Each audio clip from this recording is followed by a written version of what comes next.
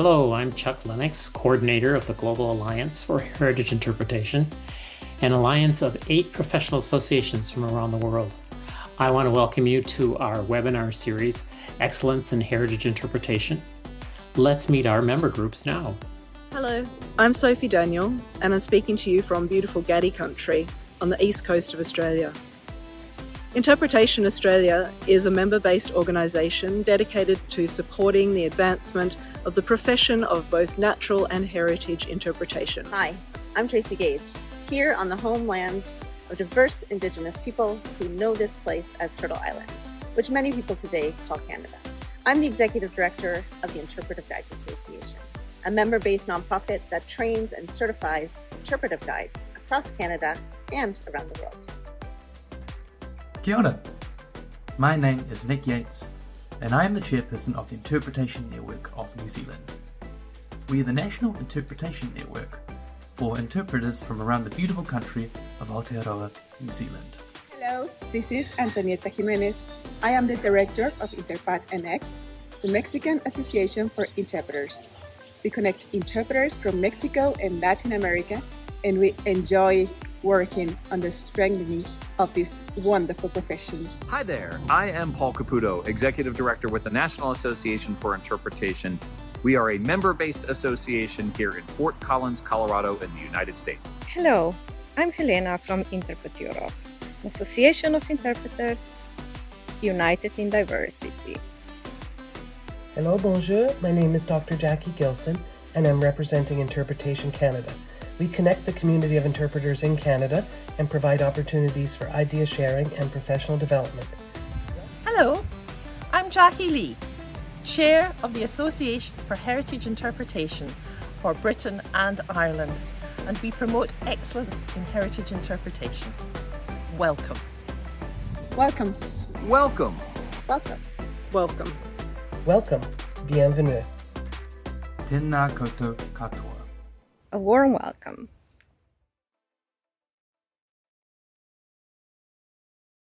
Well, welcome everyone. This is Chuck Lennox again live rather than taped. Welcome to our series, Global Excellence in Heritage Interpretation. Today's webinar is presenting Empaths, where communities and heritage professionals come together.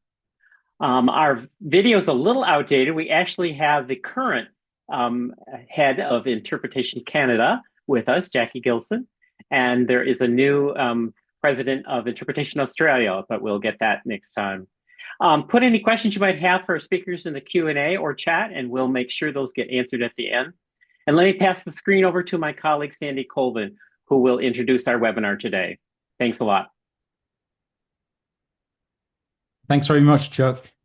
And hello, everybody. I'm very pleased to be here at Gahi. And really pleased to be here also with my fellow project partners from the Empaths project.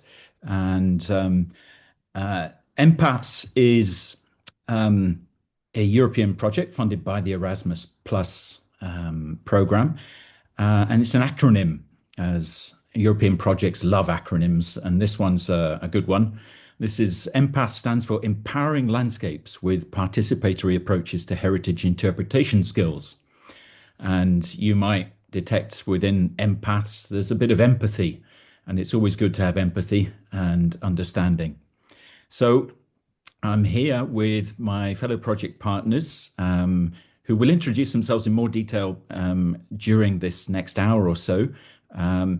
This includes Laura Pico from the Austrian-Slovenian border, Giuseppe Pace, Carmen Granito and Marzia Del Venano from Italy, Rula Kika and Valentina Socratus. You might remember Valentina from who did a presentation to Gahi last year, I believe, with Valia Stereotti. And I'm here, I hope, yes, I see her. I'm also here with my colleague Claudia Grunberg from Germany, who's representing Interpret Europe as well. As I said, though, the project partners will introduce themselves during the next hour of this panel discussion that we've organized. So we don't want to sort of dull you into a state of paralysis with PowerPoint slides. We thought we'd have talking heads to explain the project, give you a little snapshot of the project over the next hour or so. So thanks very much for being with us. Now, I'd just like to start with saying that participation isn't new. And certainly this project, Empaths, doesn't pretend to offer the magic formula to participation. I know that many of you practice it and research it, and certainly Interpret Europe has been developing a more sort of democratized approach to heritage interpretation around personal meaning making for almost 10 years now. And that's one of those earlier highlights was the Engaging Citizens in Europe's Cultural Heritage paper that was published in 2017.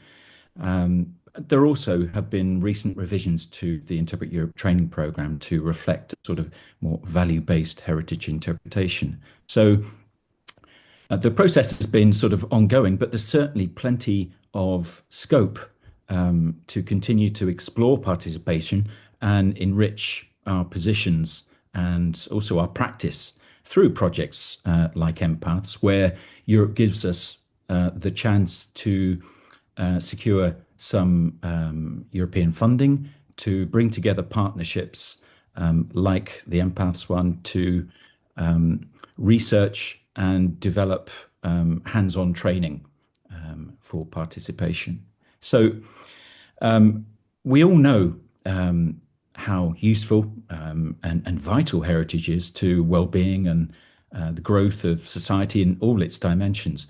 But one area that Empaths tries to target is to offer participatory heritage interpretation as a new tool for vocational education and training providers.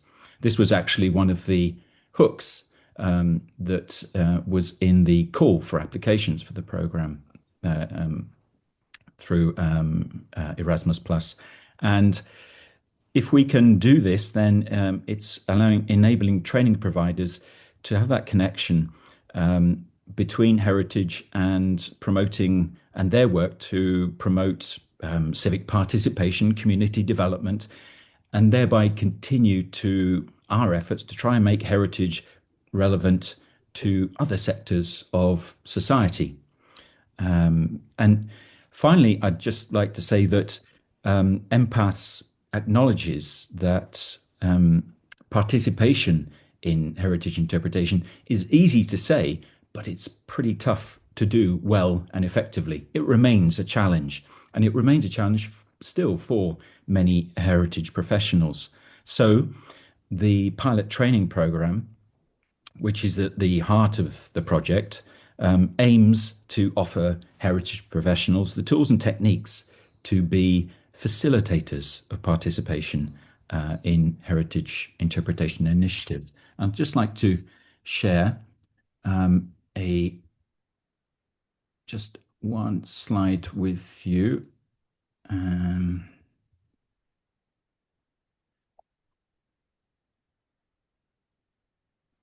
To that.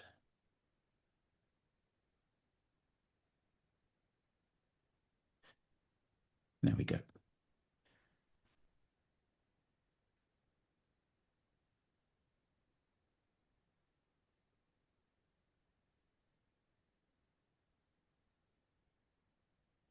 Can you see that?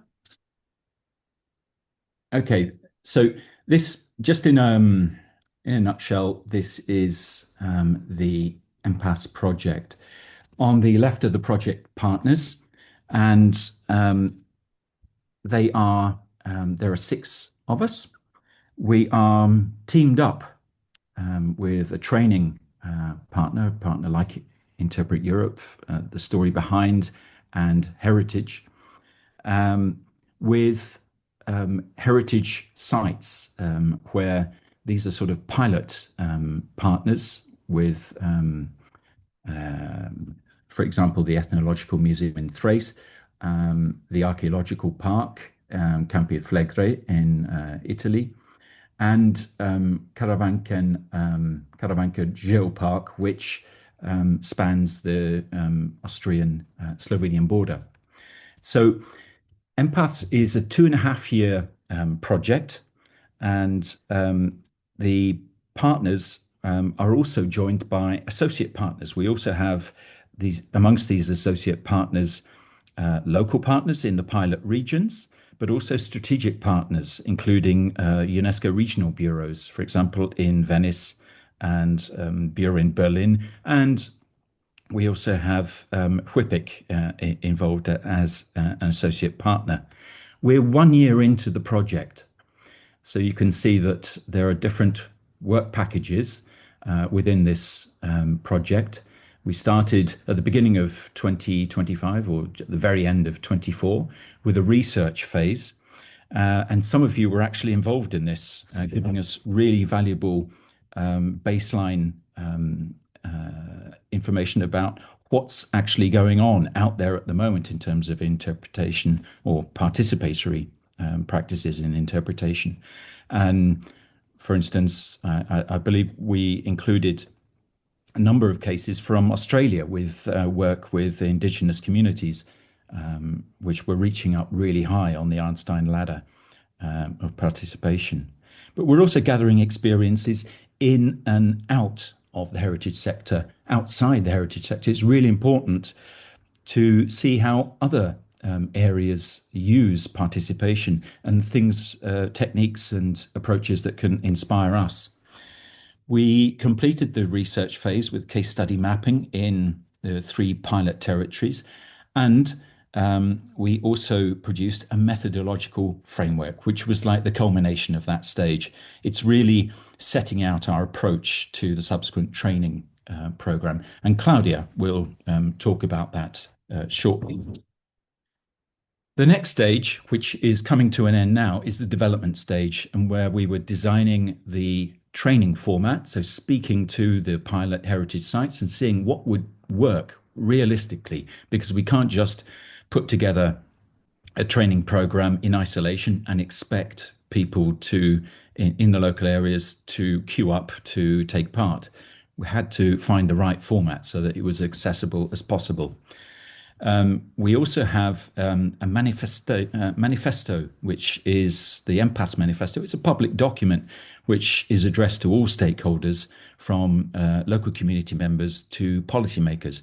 And it really sets out in very clear terms what Empaths stands for. And Carmen will be talking to you a little bit about this later. And finally, we have the training materials, the training curriculum and content, which we are in the process of putting together right now. Looking ahead, next year is going to be exciting for us, because we will actually transfer all of this research and development into the pilot phase of the project and test our training curriculum through an on-site set of series of online modules for heritage professionals. And that will be followed up with a pilot on-site workshops, which we call community labs. And these will involve those heritage professionals that took part in the online training and members of the local community in the 3 different areas. So that will be taking up our time in 2026. And all the time we are involved in communication through our website, which is empaths-project.eu. It's also on the invitation to this webinar. Also, we're involved in networking and dissemination events like this. We also have a newsletter and social media presence, and strange things like video pills and vox pops, which will be appearing later on in the project. But safe to say that there will be a number of different media used that we can present what we're doing in the project, and particularly the experiences during the pilot training.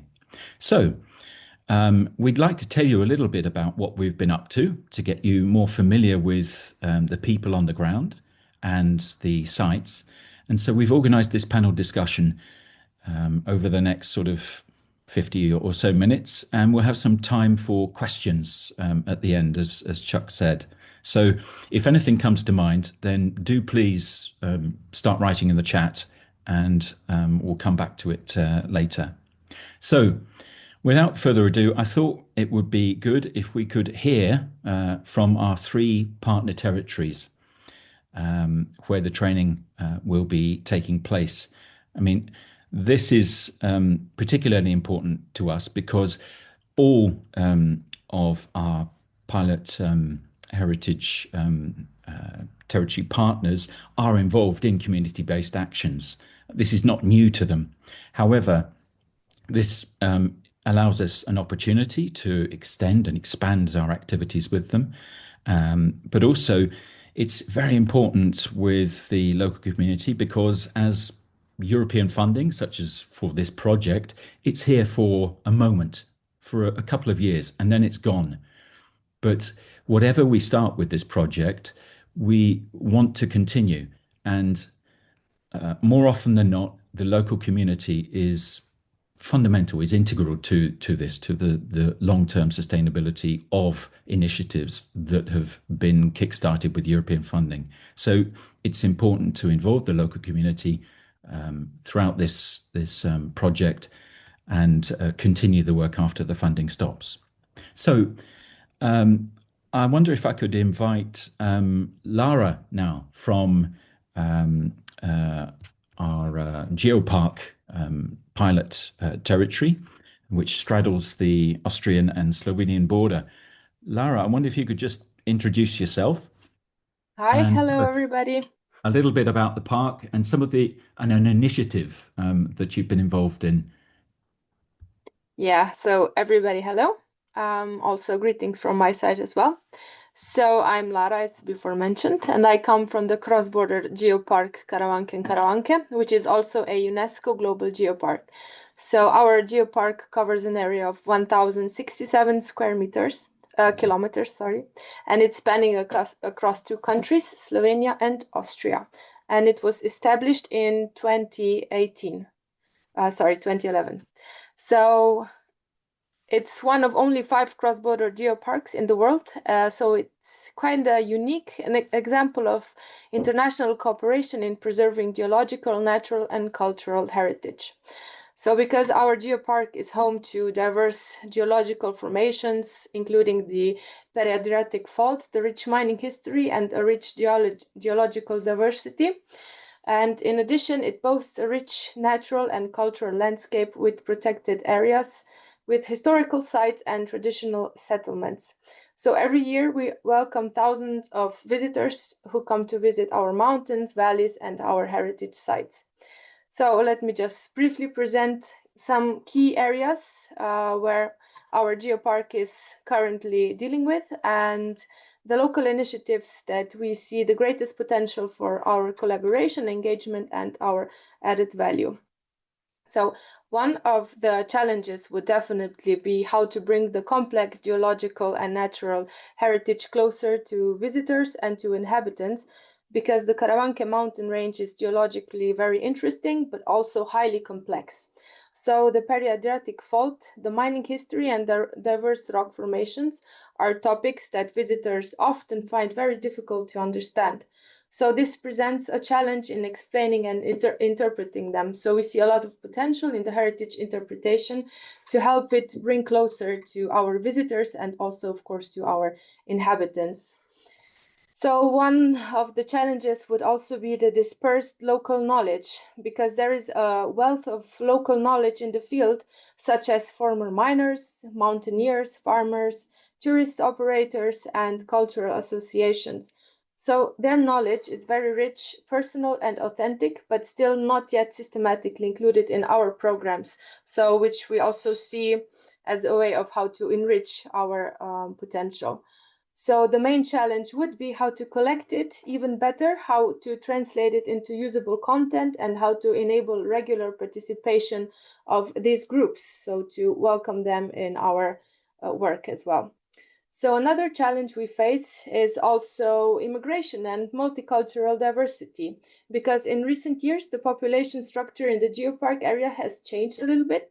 So especially on the Slovenian side. So we have many new residents who arrive from different countries with different languages, and they also have different cultural experiences.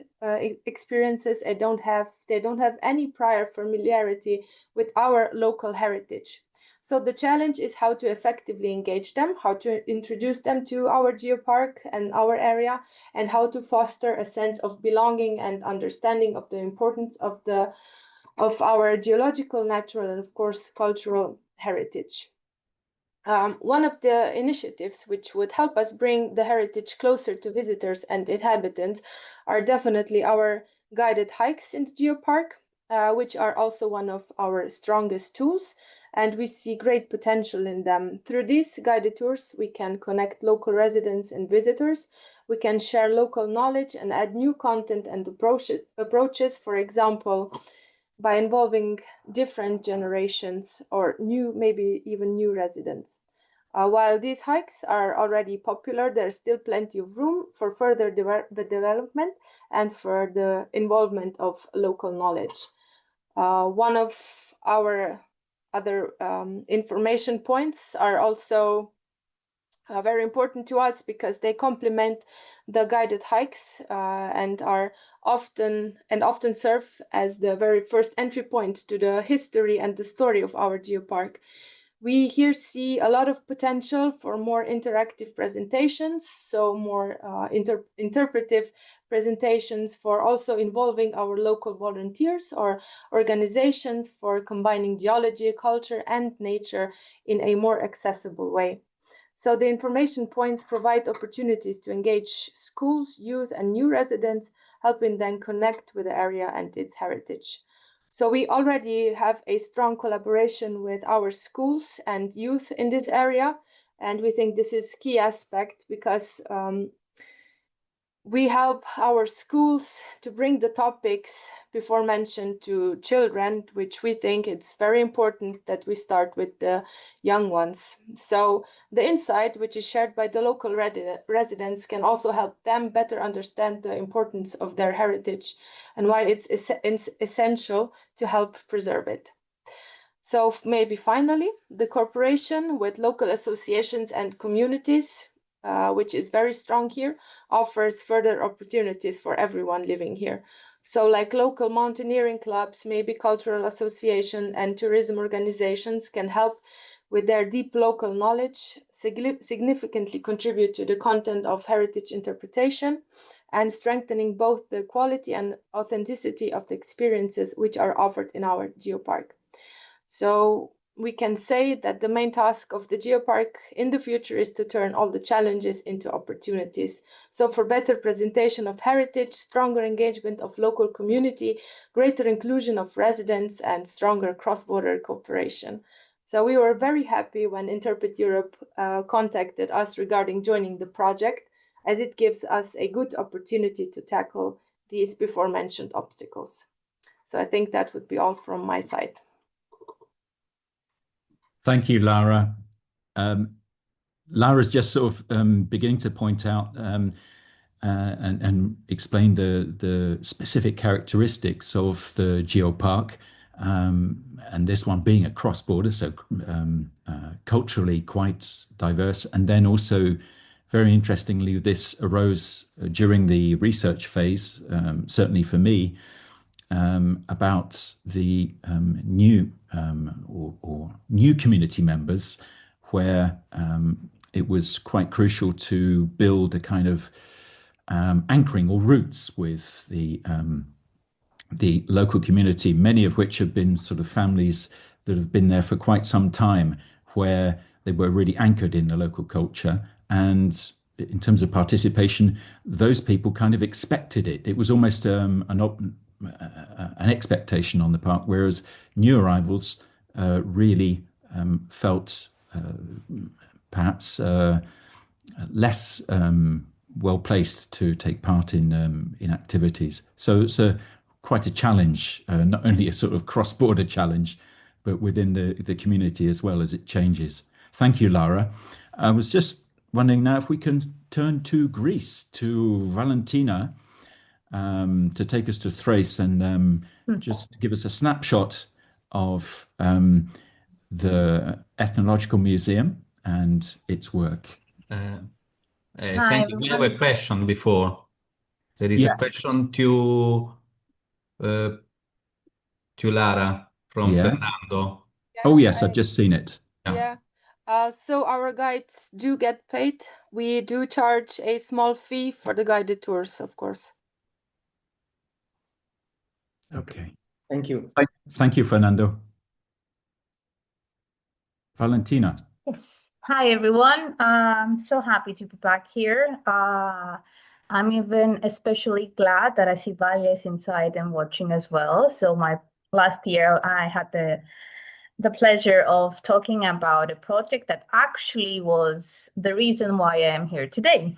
So first of all, to introduce the organization I represent. We are the Ethnological Museum of Thrace. We are located in the city of Alexandroupolis in Thrace. It's in the northern part of Greece, and we are by the borders with Bulgaria and Turkey.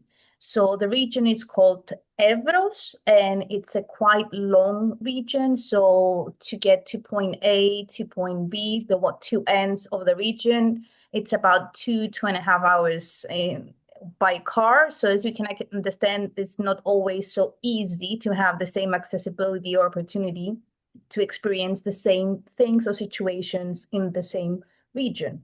So one of the main purposes of the museum is not only to talk about the entire heritage of the region, but also to give access to all the locations as much as we can. The museum, it's a private organization. It's an NGO, and we aim to not only promote, but to empower and give opportunities to the local communities to be able to express and feel proud for a very, very complicated and compact history, especially because of the geographical location of Thrace.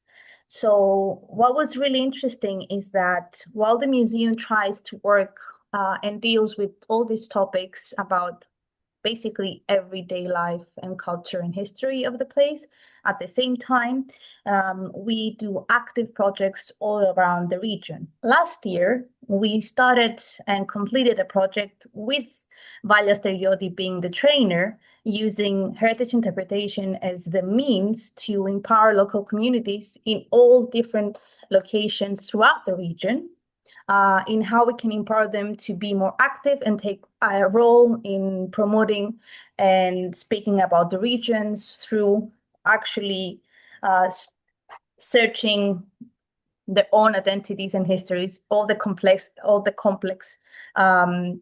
The complexities are happening when you explore topics through heritage interpretation, because it's also a very private process as well.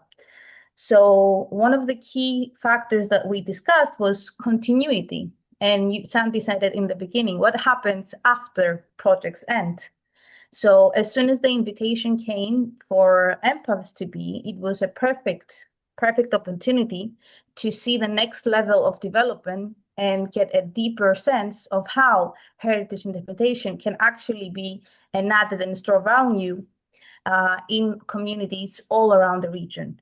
So we picked as partners, because the museum is going to be one of the pilot partners of the project here.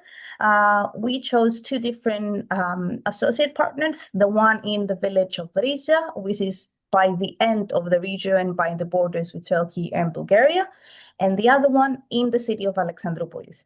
I'm going to talk about the experience we had with the people from the villages of northern Evros, and we chose to work with the Cultural and Educational Association of Vrija, which is a more organized club of people from the local community of the village that actually was thrilled when we told them that there's going to be a next level of experience of how heritage interpretation can be a tool of empowerment, of leadership, of voicing the needs and what is necessary to change in the regions, and then collectively they can go and ask for informants, for economical aid, and the things that are created as an opportunity to have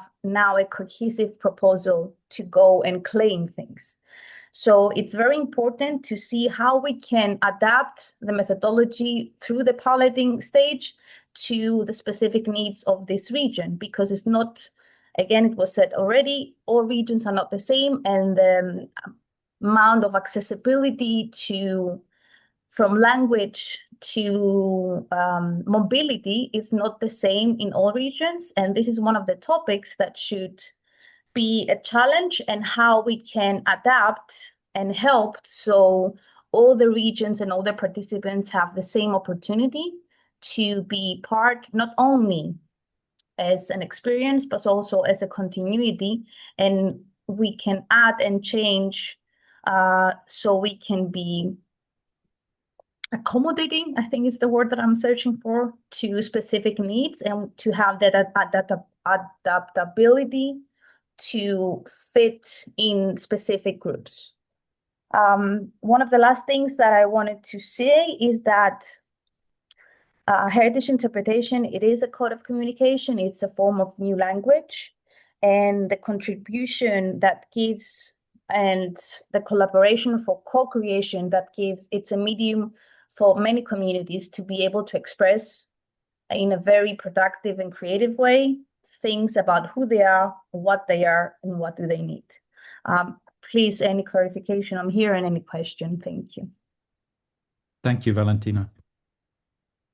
And again, it's again amazing the contrast between the first two regions in the project, and it's a great opportunity also to test out the training program in these different contexts. So thank you, Valentina. I'd like to invite Marcia now to tell us about the third and final pilot heritage site. Marcia, are you there? I'm here. Good. Thank you. Thank you, everybody. Good afternoon to everyone. My name is Marcia Del Villano. I'm an archaeologist, and today I'm here to represent the Archaeological Park of Flegrán Fields in Italy, directed by Dr. Fabio Pagano. This park comprises 27 archaeological sites located in a big territory made of 5 municipalities near Naples. We would like to highlight one initiative that, in our opinion, strongly reflects the principles of the heritage interpretation. This year, the PAFLEG, the Archaeological Park of Flegrán Fields, is being involved in an annual international festival on contemporary art called Panorama, attracting 40,000 visitors in 5 days last September. The organizers choose Pozzuoli as a location for the festival, using a site-specific approach. Contemporary artworks by renowned international artists as William Kentridge, Maurizio Cattelan, and Anish Kapoor were installed in many different locations across the entire territory of Pozzuoli. The PAFLEG was involved because it provided several archaeological sites to display the artworks. These included the Flavian Amphitheater, the Archaeological Park of Cume, and the Pozzuoli's Rione Terra archaeological site. And the photo represents an artwork by Anish Kapoor installed in the entrance of Pozzuoli Cathedral, the heart of the Rione Terra, a site with a painful past. Once it was a densely populated neighborhood of Pozzuoli until the 1970s evacuation due to dangerous volcanic activity. We can say that living on this thin layer, rising and falling above magma chambers, supporting frequent earth tremors, forged the unique character of the Phlegraean Fields population. Nonetheless, that time, the Rione was closed and remained empty of life for about half a century. This opened the way in the last 30 years to an extensive urban restoration, which has revealed spectacular archaeological findings, like this one of the cathedral. This 17th century religious structure revealed the presence of a Roman temple. And so today, this remarkable site serves as both church and temple simultaneously, continuing to function as Catholic cathedral of the city. And the Anish Kapoor's artwork exhibited here generated a wide range of reactions among the many visitors, from art professionals and archaeologists to the general public, including local people. And this is a beautiful image of a mom with her daughter, not specialists, mirrored in the artwork, interpreting the heritage with an ideal research of their identity against the backdrop of the ancient temple, contrasting with the steel and glass of the modern restored and with the segmented entrance of the 7th century church. The Rione Terra has many different souls, but at the same time, it is a place of identity for all Pozzuoli's inhabitants. It is definitely important to us that events like this and other similar initiatives organized in the park are able to involve the local community as much as possible, so that they feel properly connected. Luckily, many people enjoyed the exciting contrast between modern art and ancient sites, and they felt encouraged to look at both the old and the new with different eyes and see the connections between them. After all, heritage is handed down and reinterpreted through the generations. And the participation of the community for interpreting the heritage during an event like this and in a place like this, which holds so many meanings for different people, can really add a significant value and help open the community to new perspectives, reinforcing a sense of reconnection and belonging to the culture where they live. We want to use the experience of participatory heritage interpretation to work better with the local community, developing together deeper heritage narratives and experiences they can identify with as equal stakeholders alongside experts and specialists to manage and preserve the park's sites. The Naples metropolitan area is heavily populated, but it's important that the people in such a dynamic community of people coming and going feel rooted where they live and can relate to their surroundings. Thank you. Thank you, Marcia. Again, we've gone from Thrace, from a relatively sparsely populated part of Greece, also that had suffered catastrophic fires, forest fires just recently, to a very heavily populated basin around the city of Naples.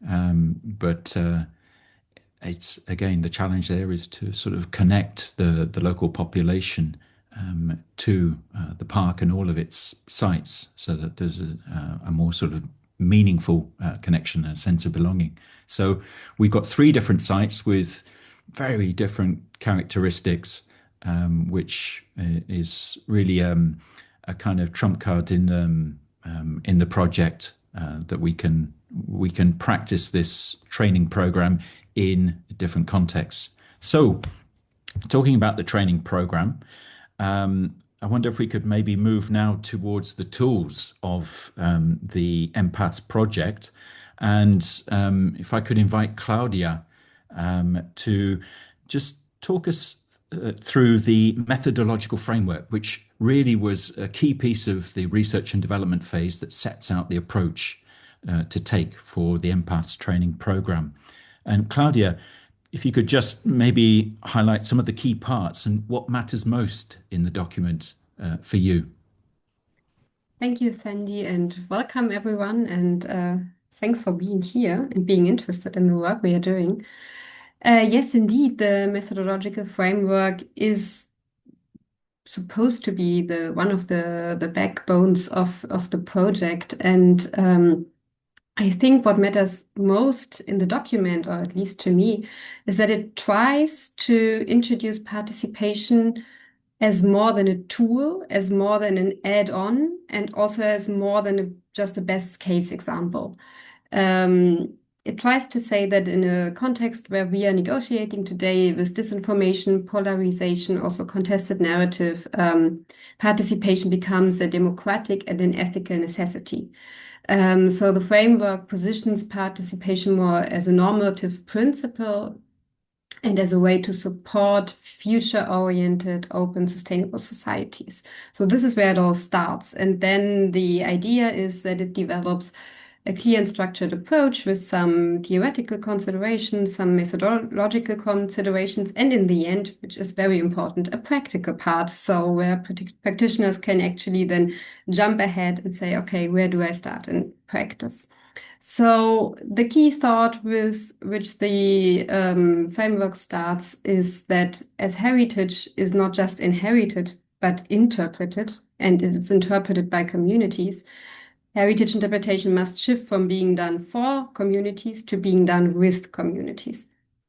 So accordingly, the structure of the whole document is that it starts with a status quo, then goes more to the conceptual foundations of what it actually is that we are talking about, participatory heritage interpretation. Then it comes a practical phase, a practical framework, which shows key stages of participatory heritage interpretation. And then in the end, a glossary that tries to come to terms with some of the language we are using. At the start, I just said it, the compendium begins with the status quo. So the compendium starts with identifying again this one major gap that I think people here in this online room, this shared space, might be very aware of, but not everyone is always aware, is this big gap between that most heritage projects aspire to increase participation, but in the end still operate within expert-driven context. And this is exactly what the research of the story behind has shown that I used for the methodological framework. And this makes it clear again why this framework is so very much needed, because we must move from saying that we do participation to actually coming to terms on how we want to do it, how it becomes successful.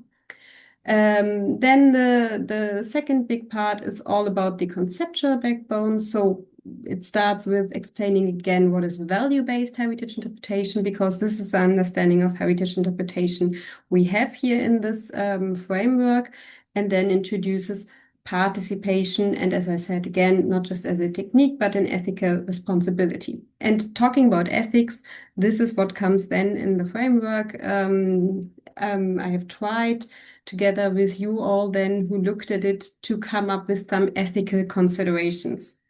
And saying ethical considerations, I mean, you all know that this is, I think, on the one hand, crucial, on the other hand, very difficult. I have just last week been to an amazing conference where people introduced the Earth Charter, and they have some amazing ethical considerations there as a background. So just as an idea, I thought, okay, if I had known this before, so I think that that's a really good approach. So maybe we can learn from them. And so what he did in the framework was to say, okay, there are ethics that are related to interpretation, ethics that are related to participation, and ethics that are related to working with communities. And this is the ethical approach is structured around that. Stepping forward step by step from theory to ethics to how participation is actually done. Then from these ethics, 10 qualities of how participatory processes are to be done. are derived, which I will read them out to you just so you get an idea, is something like they must be co-creative, they must be transparent, they must be attentive, horizontal, emotionally responsive, reciprocal, and sustained. So this is what comes then out. It's how participation should look like. And then the last part is the practical part. So this is also in the language, it becomes a bit easier to read. It becomes a bit more addressing the reader, trying to take him forward. And one thing that comes up from the research, from the story behind, and what was very clear is that what is needed is definitely an understanding of the process of participation. Where does the process begin? Where does it end? What are typical steps that are included? Because this was something that experts from the field and from beyond the field have pointed out in the research, that certain phases are often not seen, not even done, not recognized, and participation is very often not done as a full process. So this practical part outlines 5 key stages of participation and shows what belongs to each of these stages.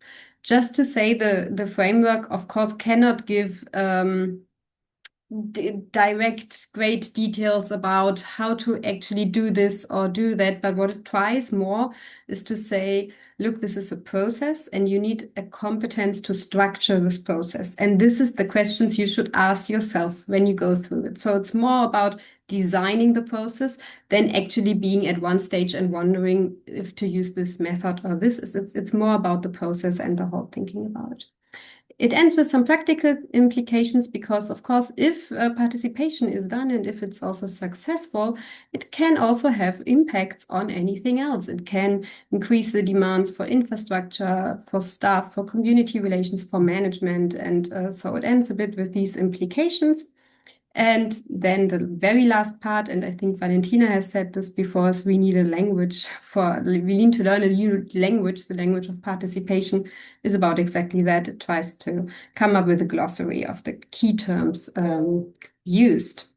And the good news, I think, is that we have this framework now. And the even better news is that after the training program, there will be time to revise it also again, which is, I think, a great opportunity to take all that comes from the field and go back to it and look where we can adapt it so that it fits even better. Yeah, that's it. That's it. It was an enormous piece of work, and Claudia makes it look simple and easy, and it certainly wasn't. It is the sort of backbone of the project, but it was very much helped by the great research that we managed to gather, thanks to people like you, when we reached out at the beginning of the project. And I think also in what Claudia has said, it begins to answer John's comment about participation, that obviously we want to aspire to something more than just tokenism, and reach the upper reaches of the ladder. That's always in mind, although it is a big challenge, of course. Thank you, Claudia. I wonder, can I invite Carmen now? Now, Carmen, we're going to jump to the manifesto, the Empaths manifesto, which is kind of hot off the press, isn't it, Carmen? Absolutely. It's also a document, in contrast to the framework, which is much more of a kind of structural document for the project partners and an internal document, although everything is public. This document has been deliberately edited, published for heritage stakeholders, from community members to policymakers. So, Carmen, I wonder if you could take us through the manifesto and maybe point out some of the target audiences and the key messages that the concept was directed to. Yeah, sure. Thank you, Sandy, and hi, everyone. So why, first of all, why we felt we needed this manifesto, just as Sandy was saying, we thought that we should distill the essence of a complex project in one place and produce an accessible and engaging text that anyone, or document that anyone curious about the project can just pick up and immediately understand what we stand for. So we started with a simple but actually difficult question, which is, how do you write a manifesto about participation and participatory interpretation without falling back into a sort of a top-down way of talking?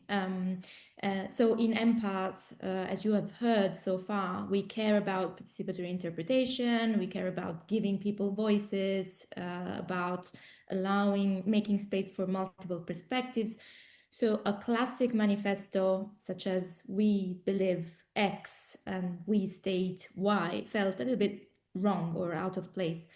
So we said, okay, this manifesto has to tell a story that leaves room for multiple perspectives and invite people in. So not just describe participation, but kind of perform it. So that's how the concept came up. Our manifesto has a dual structure. Sandy, you may want to show the picture of the cover. Sorry, the internal spreads. So it has a twofold structure. On one side, there is a narrative layer, a narrative piece that is told by different characters speaking from the future. So we imagined a future where participatory interpretation has made a difference for heritage and for people. And these narrative voices keep changing. So we have a community member, a heritage site director, a policymaker, a heritage professional. So here we go. You can see some examples here. So on the left side, there is a narrative layer, and this voice keeps changing. They're all different characters. And these characters and their fictional testimonies are actually not random. They're based on the research we did with partners. So we run interviews, we looked at case studies. So all the real tensions and hopes we heard about participation on the ground, they were kind of given voice through these characters. On the other side, wrapped around this narrative, you can find a much more straightforward and structured text with very short sections that translate those voices into the key challenges, the values, and the changes we think are needed today. So very simply, it's a manifesto that tells stories from the future, stories from a future where interpretation is dialogic, democratic, and people-centered, holding multiple perspectives. And then, okay, what does this mean in practice now? So we also try to make it all, to make these ideas visible and tangible. So the graphic design uses what we call landscape lines, these flowing lines that run through the document and suggest a landscape being shaped by many different voices. And also each piloting partner from Greece, from Italy, from Austria and Slovenia, they each chose a symbolic object from their own context, a meaningful object for them. So these three objects really embody the values of the manifesto, and the labels that go with them, they are not technical descriptions, but they are short interpretive texts. They connect each object to the manifesto's ideas, and they also offer a taste of what interpretation can be, because this is not something to be taken for granted in the countries that are partners in the project. And rather than telling you everything about the object, they leave space for you to wonder, what could I do with what do these objects suggest me? What could I do with these ideas of the manifesto? What do they mean in my work, in my landscape, for my communities? So the manifesto isn't just a text you read. In the end, it's also something that you see and experience a little bit, even before you get into the theory and the much more dense content that Claudia was talking about for the methodological framework. So who is it for? Sandy was asking. So we wrote it with several audiences in mind. It's firstly for heritage professionals who feel that the old model of interpretation, the we talk, you listen model, is not enough anymore. It is for heritage institutions who want stronger relationships with their communities and more resilient and more relevant interpretive strategies. It is for policymakers as well. We wanted to give them a space in this, and also we wanted to give a bit of a gentle push to see participation not as a nice extra, like Claudia was saying, but as part of a democratic and sustainable heritage practice. And then obviously also for local communities. Saying you belong in this conversation, your meanings count. So the manifesto is more like an invitation rather than a closed doctrine. We wanted to say, if this resonates with you, you can join in, you can question it even, and you can adapt it to your landscape. So if I have to boil down the manifesto to a few key takeaways, they would be number one, that interpretation is no longer just about telling stories, but it's also about listening. The second is that communities are not an add-on, but are meaningful partners. Thirdly, that heritage interpreters are facilitators of dialogue and not just messengers. So the manifesto it is already actually available. It's just come out of the digital design process. And you can find it on our website. You will also find, starting tomorrow, a little form that you can fill in if you wish to endorse the manifesto. So if you visit the web page now, you will be able to explore the manifesto in full, download it, and if it resonates with you and your work from tomorrow, you will also be able to sign it. And you're very welcome to share it in your networks as well. So I just wanted to end this by saying that thank you to all partners who co-created this, and especially to Heritage and Konstantinos, who's not with us today, but put a lot of work into the design of this document. So in a nutshell, this is our Empaths manifesto. It's a story from the future written to help us change what we do today. Thank you.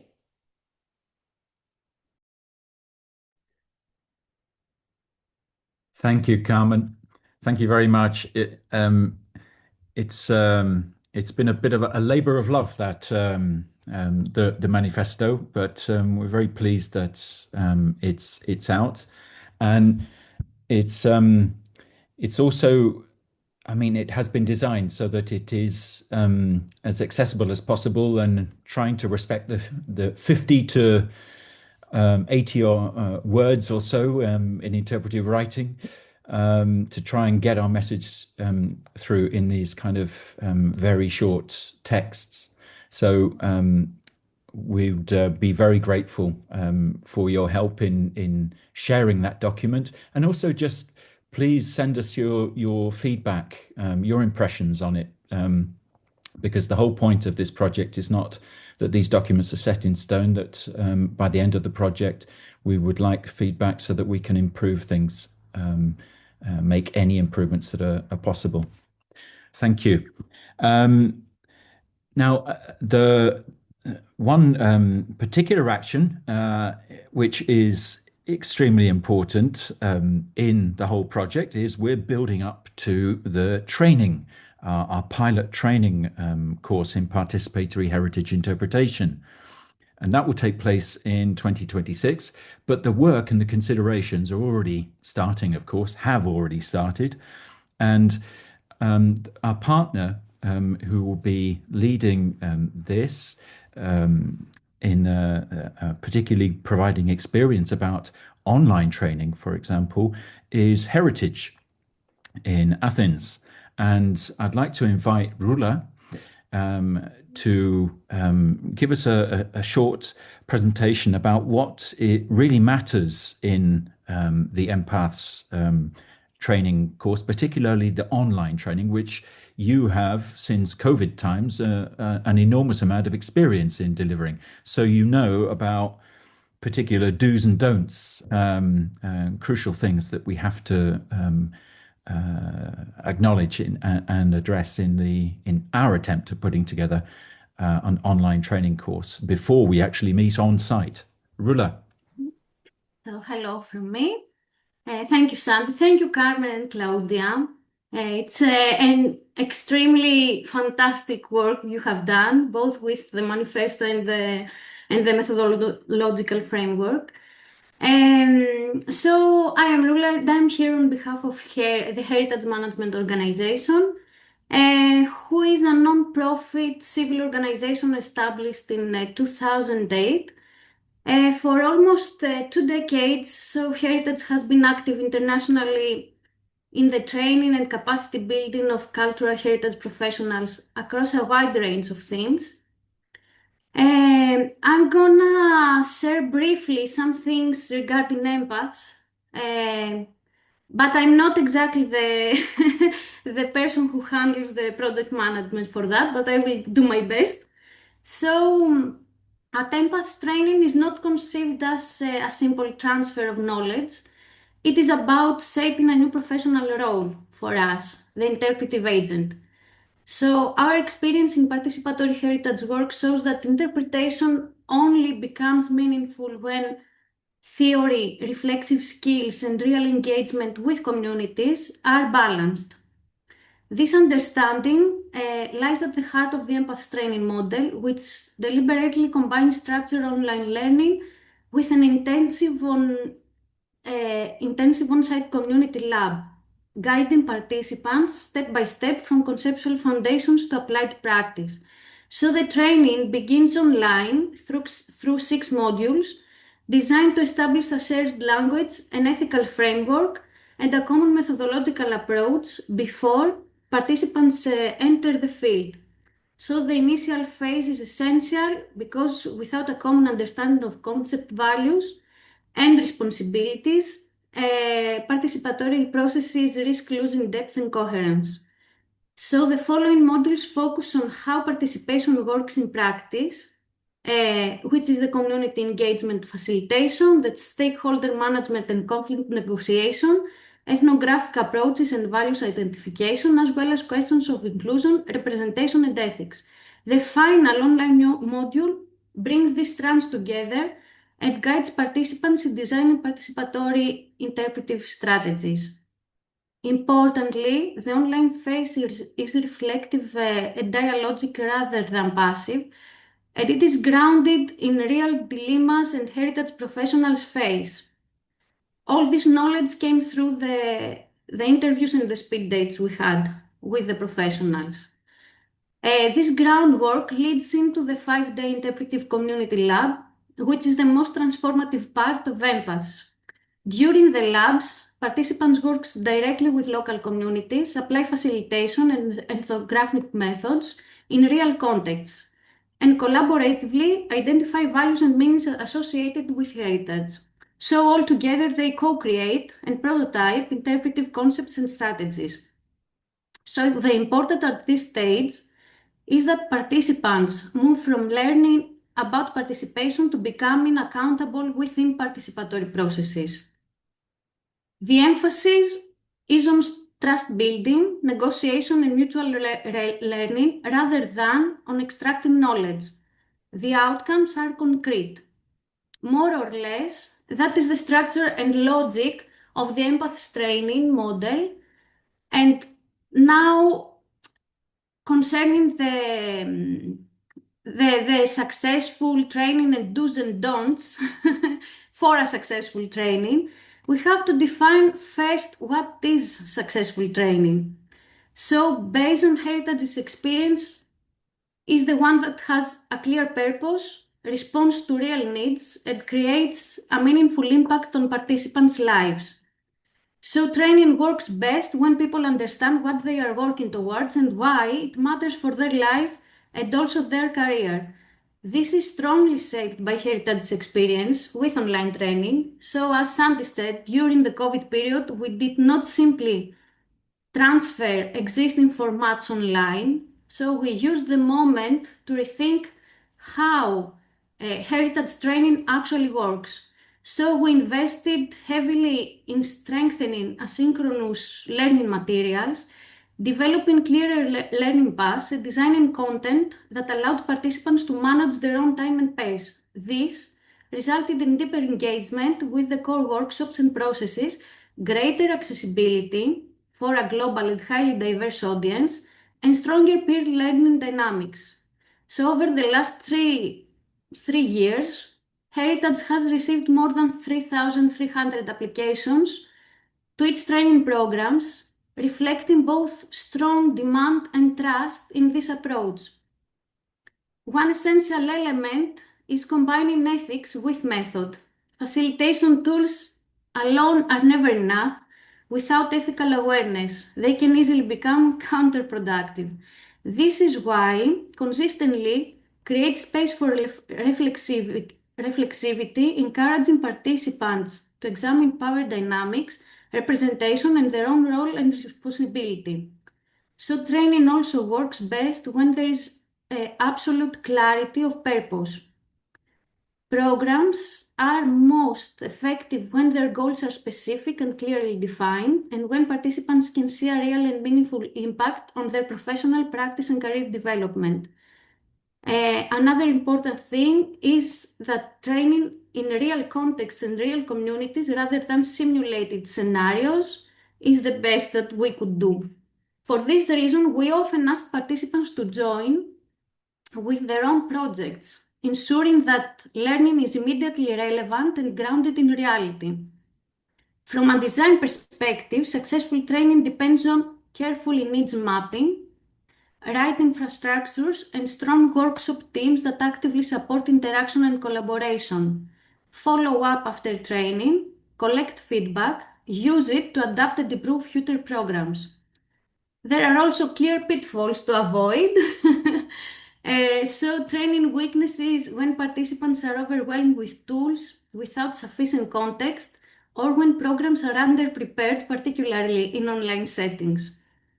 Another important do is avoiding assumptions about participants' knowledge, motivations, or expectations. Effective training is evidence-based, not assumption-driven. So the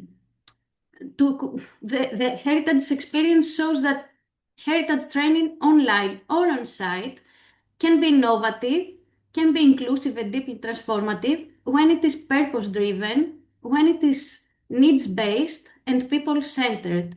And these principles define our overall training philosophy in general for heritage. So in this principle, training is going to be based for empaths also. I don't know if I'm on time. It was like a poem.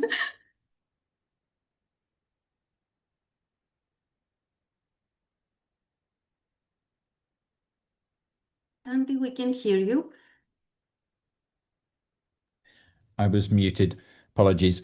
Yeah, thank you, Rula. I think what we're really aiming at with the training is to try, because the online part needs to be fairly short and snappy. So we're trying to find a compromise between video lectures and then live exchange discussion resulting from that.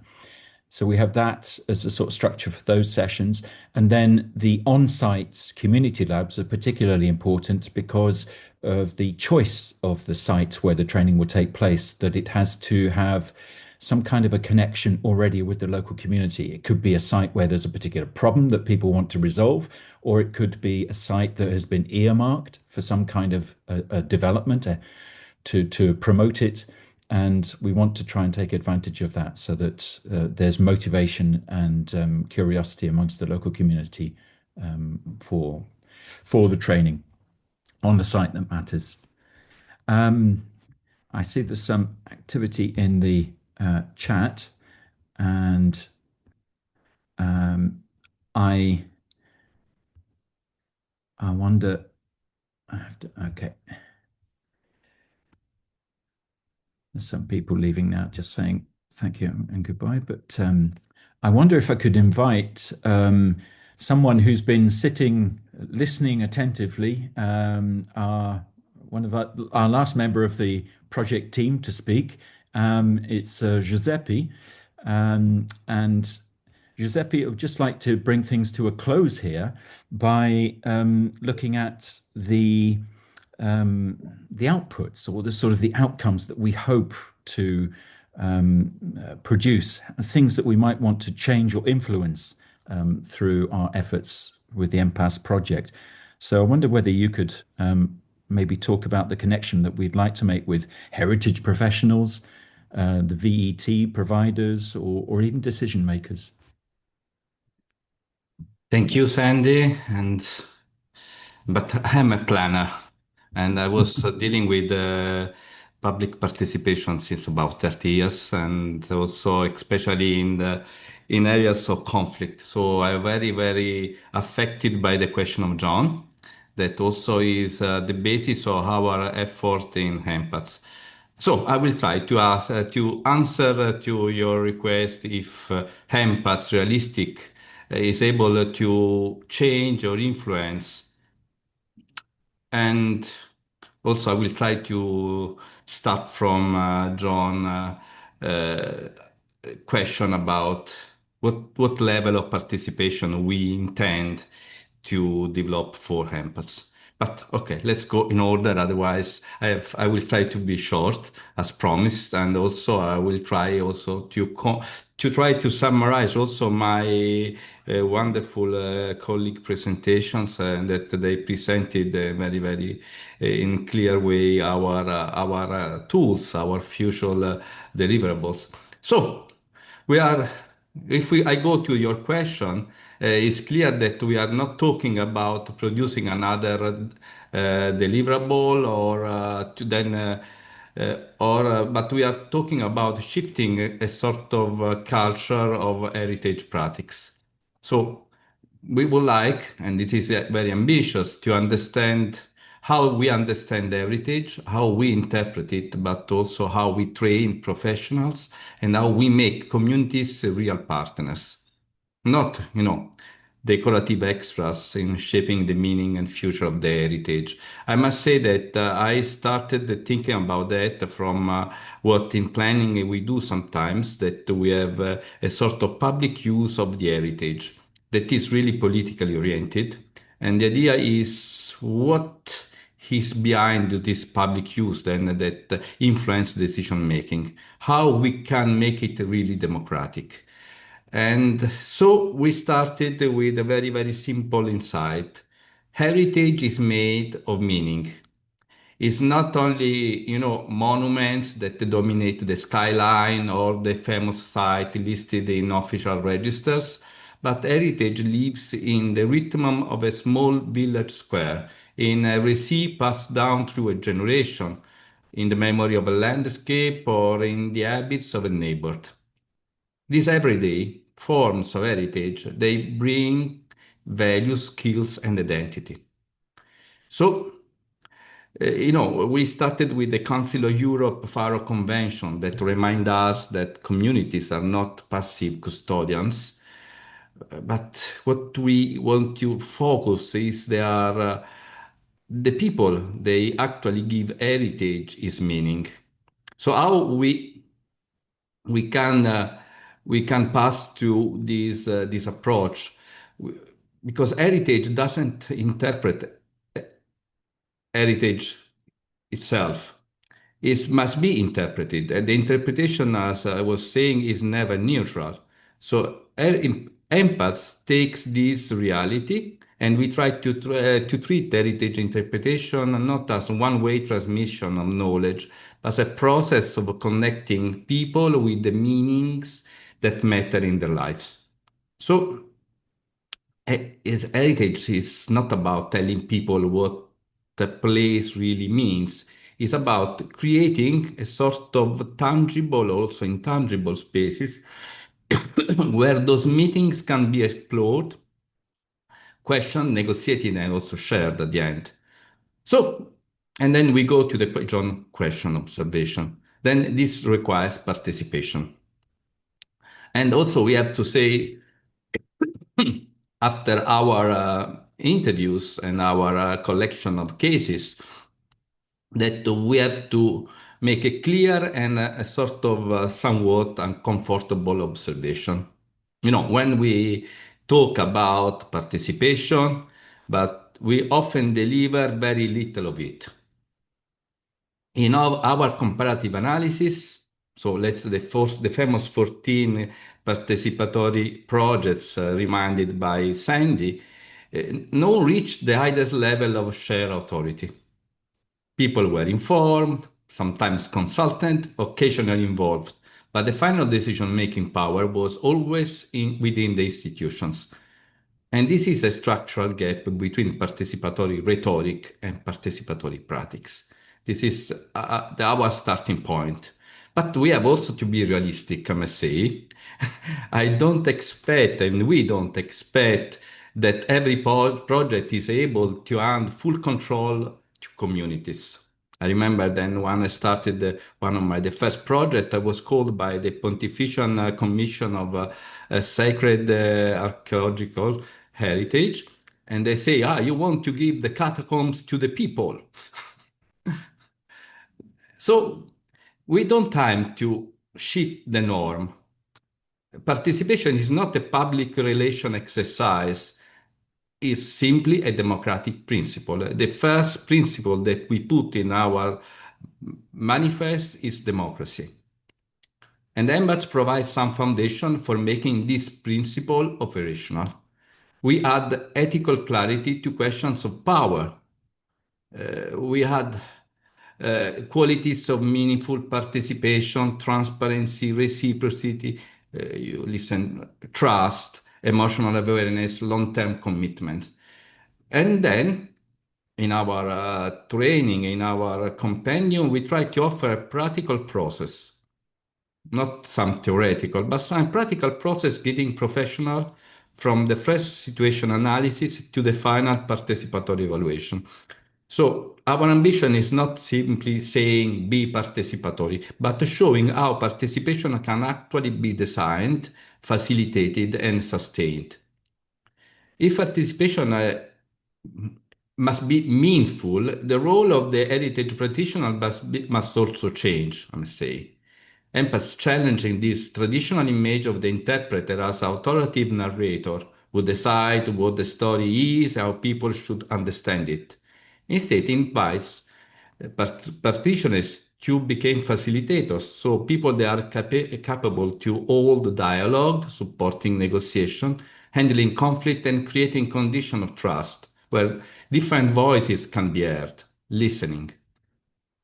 And then I go to the point that is very at the center of our activities.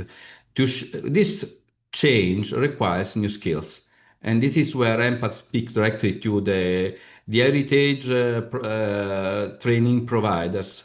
The compendium is a training methodology too.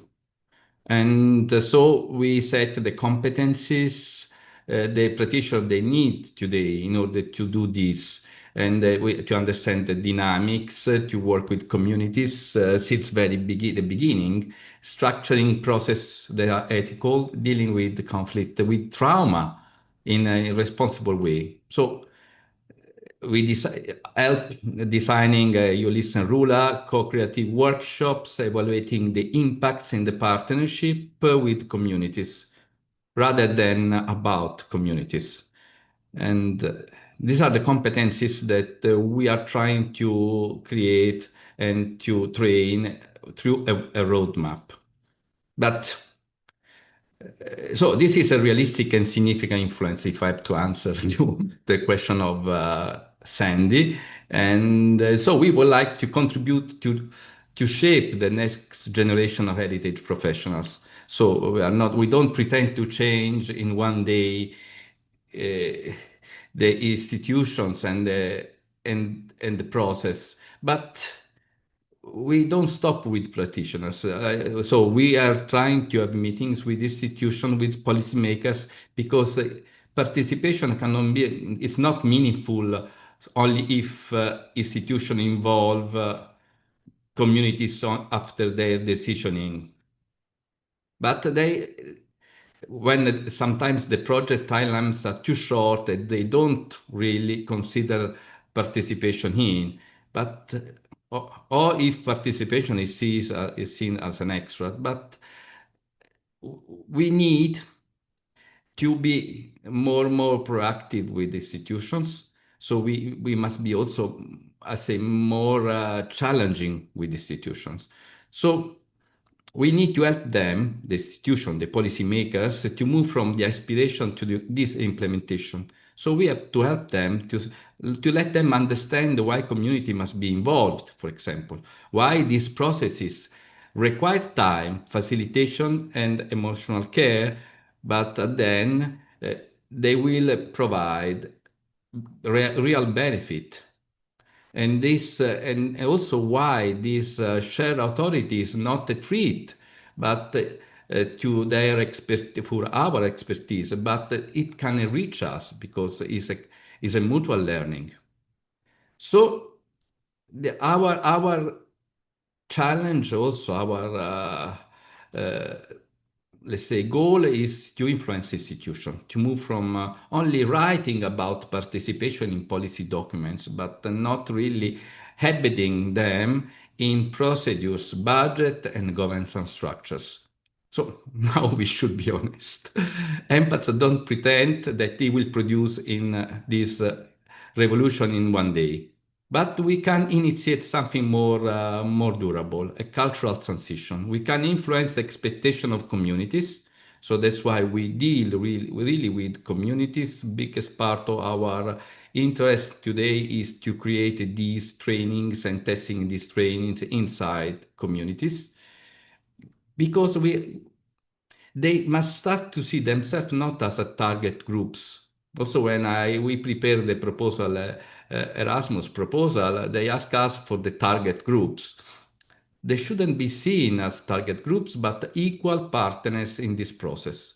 We want to influence the professionals that to have to recognize that their authority can grow rather than diminish if they share it.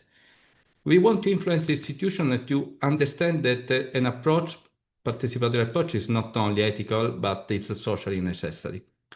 So this is a process. It's something that then we go to the answer of your question, Sandy. The answer is both modest and ambitious. So we hope to shift heritage. So the hope is very modest from a system that speaks about communities to a system that speaks with them. It hopes to strengthen democratic role of heritage, I told, by make participation more than a decorative concept. We hope to support professionals with the skills and ethical grounding needed to work at high level with the people. And we hope also to give vet providers a replicable methodology that they can respond to new skills and needs of the sector. And we hope to encourage institutions to share authority, to embrace transparency, and to invest in sustaining community relationship.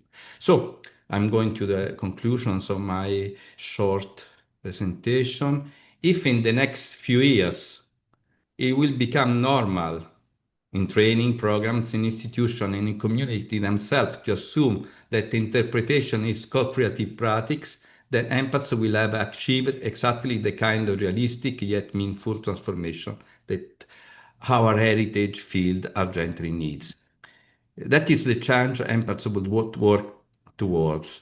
A transition in culture, a transition in practice, and ultimately a transition in power. From heritage interpreted for people to our heritage interpreted with them. So that's all. Thank you, Giuseppe, for summing that up.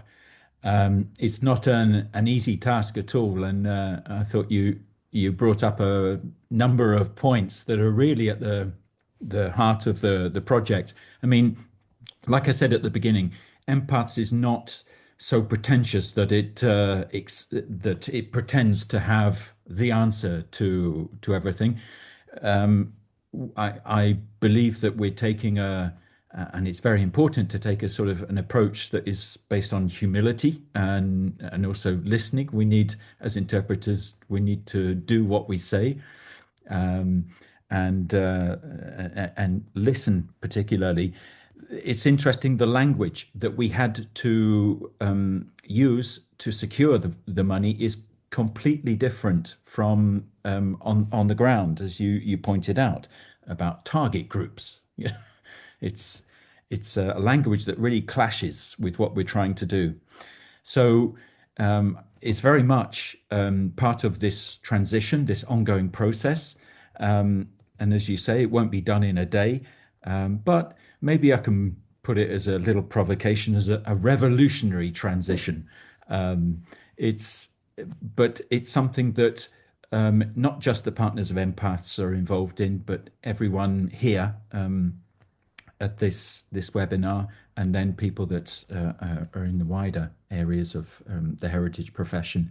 So I think it's becoming participation, and real participation, as has been mentioned in the chat many times, is coming up the agenda. And I do hope that by the end of 2026, we can come back to you and present some of the findings from the training program when we really make things real with the Empaths project and put this into practice. Thank you very much for your patience with us and listening to all the different parts of the project. I hope you've got a good picture of what we're trying to do. And I notice, obviously, in the chat, there's been quite a lot of activity, and I think we've been trying to cover a lot between us all. We've been trying to cover answers to the questions, but if there are any others at this point, then please please ask, and either I or some of the project partners can help with answering them.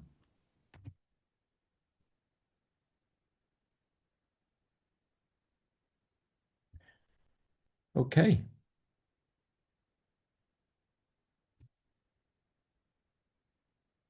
Well, Chuck, I think we're done. So maybe I could hand back to you, and thank you very much for inviting us to share the Empaths project with you. Thank you, everyone, especially to our panelists who've spent some great time with us. This has been very inspirational, and it's wonderful to be able to spread this far and wide. I look forward to hearing more progress in the future at a webinar through Interpret Europe, and it's exciting to see us as a profession trying out new tools and engaging with new audiences. I love this quote in terms of what we've done today. Heritage interpretation is a seed, not a tree, and we've planted a lot more seeds for the future. So thanks, everyone, for attending, and have a wonderful rest of your day. Thank you very much. Goodbye. Thank you. Bye. Thank you.